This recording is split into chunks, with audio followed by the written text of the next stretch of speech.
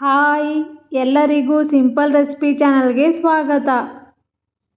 ಇವತ್ತಿನ ರೆಸಿಪಿಯಲ್ಲಿ ಸಂಕ್ರಾಂತಿ ಹಬ್ಬಕ್ಕೆ ಮಾಡುವ ಸಿಹಿ ಪೊಂಗಲ್ ಯಾವ ರೀತಿಯಾಗಿ ಮಾಡೋದು ಅಂತ ನೋಡೋಣ. ಮೊದಲಿಗೆ ಒಂದು ಕುಕ್ಕರ್ನಲ್ಲಿ ಅರ್ಧ ಕಪ್ನಷ್ಟು ಹೆಸರುಬೇಳೆ ಹಾಕ್ಕೊಳ್ತಾ ಇದ್ದೀನಿ. ಹೆಸರುಬೇಳೆ ಚೆನ್ನಾಗಿ ವಾಶ್ ಮಾಡ್ಕೊಂಡಿದ್ದೀನಿ. ಮೊದಲೇ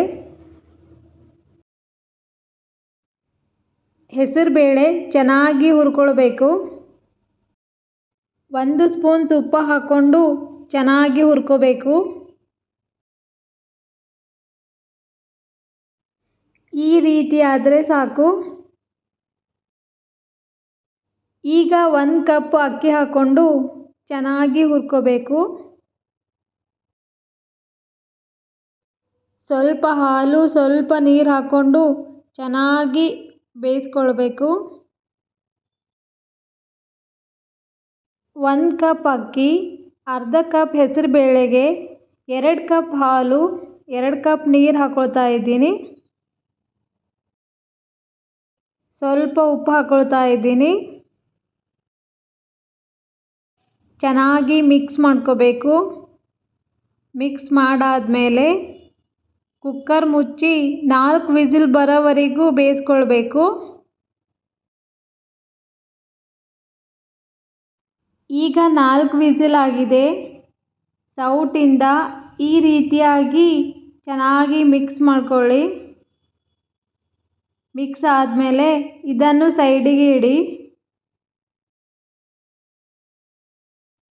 ಒಂದು ಪಾತ್ರೆಗೆ 1 ಕಪ್ ಬೆಲ್ಲ ಹಾಕ್ಕೊಳ್ತಾ ಇದ್ದೀನಿ.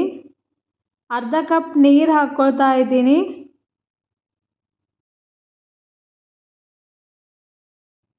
ಸ್ವೀಟ್ ಎಷ್ಟು ಬೇಕೋ ಅಷ್ಟೇ ನೋಡಿ ಬೆಲ್ಲ ಹಾಕ್ಕೊಳ್ಬೇಕು.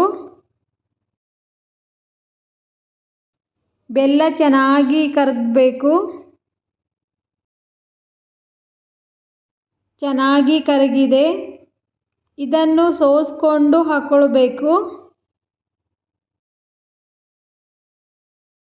ಏನಾದರೂ ಕಸ ಇರುತ್ತೆ, ಹಾಗಾಗಿ ಈ ರೀತಿ ಸೋಸ್ಕೊಂಡು ಹಾಕ್ಕೊಳ್ಬೇಕು. ಚೆನ್ನಾಗಿ ಮಿಕ್ಸ್ ಮಾಡ್ಕೊಳ್ಳಿ. ಅನ್ನ ಬೇಳೆ ಎಲ್ಲ ಚೆನ್ನಾಗಿ ಗಂಟಿಲ್ಲದೆ ಮಿಕ್ಸ್ ಮಾಡಿ ಕುದಿಲಕ್ಕೆ ಬಿಡಿ. 2-3 ನಿಮಿಷ ಚೆನ್ನಾಗಿ ಕುದಿಲಕ್ಕೆ ಬಿಡಿ. ನಂತರ ಸ್ವಲ್ಪ ಏಲಕ್ಕಿ ಪುಡಿ, 2 ಲವಂಗ ಹಾಕ್ಕೊಳ್ತಾ ಇದ್ದೀನಿ.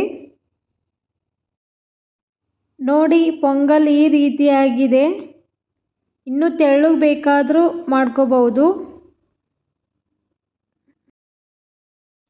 ಈಗ ದ್ರಾಕ್ಷಿ ಗೋಡಂಬಿ ಫ್ರೈ ಮಾಡ್ಕೋಬೇಕು. ಒಂದು ಪ್ಯಾನ್ ಬಿಸಿ ಮಾಡಿ, ಬಿಸಿ ಆದಮೇಲೆ 2 ಸ್ಪೂನ್ ತುಪ್ಪ ಹಾಕ್ಕೊಳ್ತಾ ಇದ್ದೀನಿ. ತುಪ್ಪ ಬಿಸಿ ಆದಮೇಲೆ 4-5 ಗೋಡಂಬಿ ಹಾಕ್ಕೊಳ್ತಾ ಇದ್ದೀನಿ. ಗೋಡಂಬಿ ಫ್ರೈ ಆದಮೇಲೆ ಸ್ವಲ್ಪ ಒಣ ದ್ರಾಕ್ಷಿ ಹಾಕ್ಕೊಳ್ತಾ ಇದ್ದೀನಿ. ಒಣ ದ್ರಾಕ್ಷಿ ಫ್ರೈ ಆದಮೇಲೆ ಒಣ ಕೊಬ್ಬರಿ ಈ ರೀತಿಯಾಗಿ ಕಟ್ ಮಾಡಿ ಹಾಕ್ಕೊಳ್ತಾ ಇದ್ದೀನಿ. ಕೊಬ್ಬರಿ ಸ್ವಲ್ಪ ಫ್ರೈ ಆಗಬೇಕು. ಈ ರೀತಿ ಆದರೆ ಸಾಕು. ಈ ರೀತಿ ಹುರ್ಕೊಂಡಾದಮೇಲೆ ಪೊಂಗಲ್ಗೆ ಸೇರಿಸ್ಕೊಳ್ಬೇಕು. ಈಗ ಇದನ್ನು ಎಲ್ಲ ಚೆನ್ನಾಗಿ ಮಿಕ್ಸ್ ಮಾಡಿ. ನೋಡಿ ಸಿಹಿ ಪೊಂಗಲ್ ರೆಡಿ ಆಯಿತು. ನೋಡಿದ್ರಲ್ಲ ಸಿಹಿ ಪೊಂಗಲ್ ಯಾವ ರೀತಿಯಾಗಿ ಮಾಡೋದು ಅಂತ. ಈ ವಿಡಿಯೋ ಇಷ್ಟ ಆದಲ್ಲಿ ಲೈಕ್ ಮಾಡಿ, ಶೇರ್ ಮಾಡಿ ಹಾಗೂ ಸಬ್ಸ್ಕ್ರೈಬ್ ಮಾಡಿ.